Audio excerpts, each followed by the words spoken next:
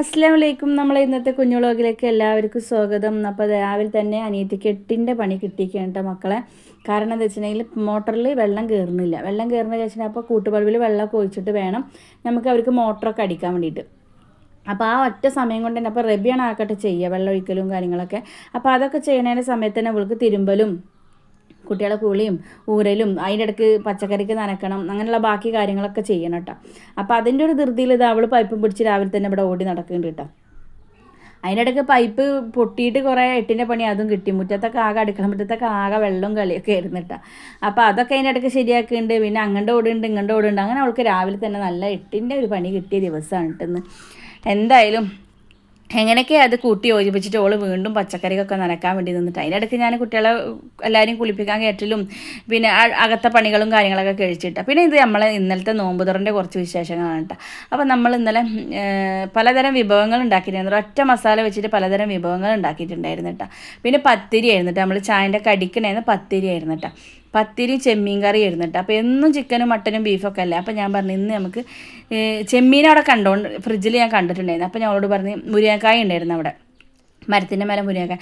അപ്പോൾ ഞാൻ റബിനോട് പറഞ്ഞ 2-3 മുരിങ്ങക്കായ പൊട്ടിക്ക് നമുക്ക് ചെമ്മീനിൽ മുരിങ്ങക്കായ ഇട്ട് വെക്കാമെന്ന് പറഞ്ഞിട്ട് അങ്ങനെ ചെമ്മീൻ കറിയും മുരിങ്ങക്കായും ചെമ്മീനുള്ള കറിയും നമ്മളെ പത്തിരിയും ഒക്കെ ഉഷാറായിരുന്നു, സൂപ്പറായിരുന്നു. നമ്മൾ ചിക്കൻ കറിനെ കാട്ടി സൂപ്പറായിരുന്നു കേട്ടോ ആ ഒരു കറി. പിന്നെ നമ്മളെ ഉമ്മ കിഴി ഉണ്ടാക്കാൻ വേണ്ടി മാവൊക്കെ കുഴച്ച് വെച്ചിട്ടുണ്ടായിരുന്നു.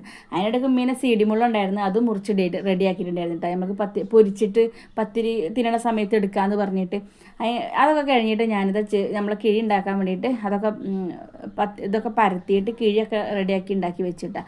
അപ്പോൾ ആ ഒരൊറ്റ മസാല കൊണ്ട് തന്നെ ഞങ്ങൾ സമൂസ ഉണ്ടാക്കിയിട്ടുണ്ടായിരുന്നു, അട ഉണ്ടാക്കിയിട്ടുണ്ടായിരുന്നു, പിന്നെ റോൾ ഉണ്ടാക്കിയിട്ടുണ്ടായിരുന്നു.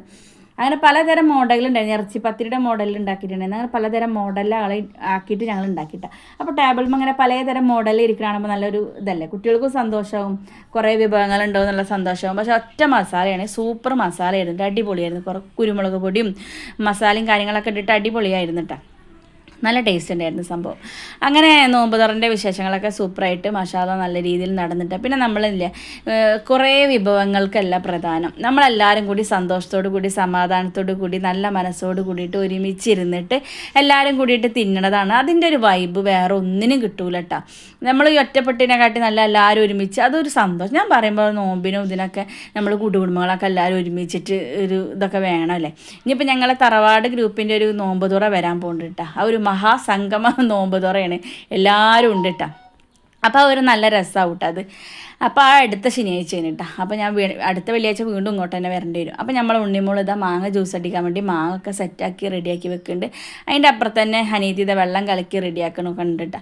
അപ്പോൾ നമ്മളെ ഉമ്മ നമ്മളെ കിഴിയൊക്കെ ഇതാ പൊരിച്ചുകൊണ്ടിരിക്കുന്നുണ്ട്. ഓരോ സ്റ്റെപ്പായിട്ട് കിഴിയും സമൂസയൊക്കെ ഉമ്മ അങ്ങനെ പൊരിച്ചുകൊണ്ടിരിക്കുന്നുണ്ട്. അപ്പോൾ ഇപ്പോൾ ഒരു 6:15 കഴിക്കണം കേട്ടോ. ആ സമയത്ത് പൊരിച്ചാൽ മതി എന്ന് ഞാൻ പറഞ്ഞതാണ്. കാരണം എന്താണെന്ന് വെച്ചിട്ടുണ്ടെങ്കിൽ അപ്പോൾ നമ്മൾ ആ ഒരു സമയത്ത് പൊരിക്കുമ്പോൾ നല്ല ചൂട് കൊടുക്കണം, നല്ല കറുമുറുമായിട്ട് നമുക്ക് പൊരിച്ച കടിയൊക്കെ തിന്നാം. കുറേ മുന്നേ നമ്മൾ ഉണ്ടാക്കി വെച്ചിട്ട് പണി കഴിഞ്ഞ് വേണ്ട ഇങ്ങനെ ഇരുന്നിട്ട് പിന്നെ നമ്മൾ ആ സമയത്ത് തിന്നുമ്പോൾ തണുത്തിട്ട് ഒരു ടേസ്റ്റ് ഉണ്ടാവില്ല.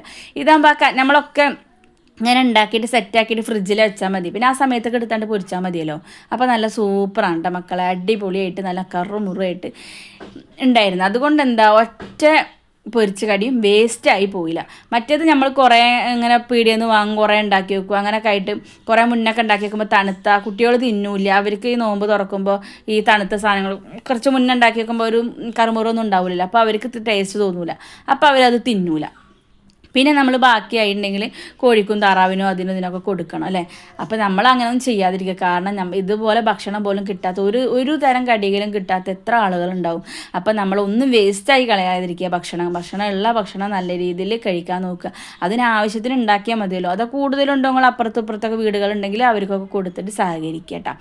അപ്പോൾ നമ്മൾ കുഞ്ഞു വീഡിയോ നിങ്ങൾക്ക് ഇഷ്ടമുണ്ടെങ്കിൽ നിങ്ങൾ ലൈക്ക് ചെയ്യാനും ഷെയർ ചെയ്യാനും സബ്സ്ക്രൈബ് ചെയ്യാനും സപ്പോർട്ട് ചെയ്യാനും ഒന്നും മറക്കരുത് കേട്ടോ. നിങ്ങൾ കൂടെ ഉണ്ടെങ്കിൽ മാത്രമേ എനിക്ക് ഇതിൽ മുന്നോട്ട് പോകാൻ പറ്റുള്ളൂ. അതുകൊണ്ടാണ് നിങ്ങളോട് ഞാൻ വീണ്ടും റിപ്പീറ്റ് ചെയ്ത് ഇത് പറഞ്ഞുകൊണ്ടിരിക്കുന്നത് കേട്ടോ. അല്ലാതെ നിങ്ങളെ വെറുപ്പിക്കുകയല്ല കേട്ടോ.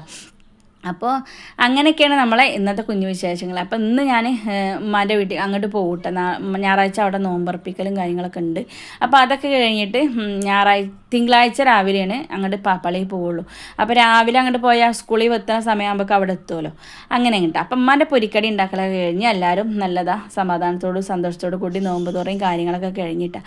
അപ്പോൾ നമ്മളെ കുഞ്ഞു വ്ളോഗിൽ ഇന്ന് ഇത്ര വിശേഷങ്ങളുള്ളൂ. പിന്നെ നമ്മളെ റബിക്ക് ഞാൻ നല്ല സ്പെഷ്യലി പച്ചമാങ്ങ ജ്യൂസ് അടിച്ചു കൊടുത്തിട്ടുണ്ടായിരുന്നു. പക്ഷേ അത് ഒരു ടേസ്റ്റ് ഉണ്ടായിരുന്നില്ല. നല്ല പാലും ഏലക്കായൊക്കെ ഇട്ടിട്ട് അടിച്ചത്. പക്ഷേ ആ പച്ചമാങ്ങയുടെ ഒരു പുളി നന്നായിട്ടുണ്ടായിരുന്നു കേട്ടോ. അപ്പോൾ ഇന്നത്തെ കുഞ്ഞു വ്ളോഗ് ഇത്രയേ ഉള്ളൂ. അപ്പോൾ എല്ലാവർക്കും അസ്സലാമു അലൈക്കും.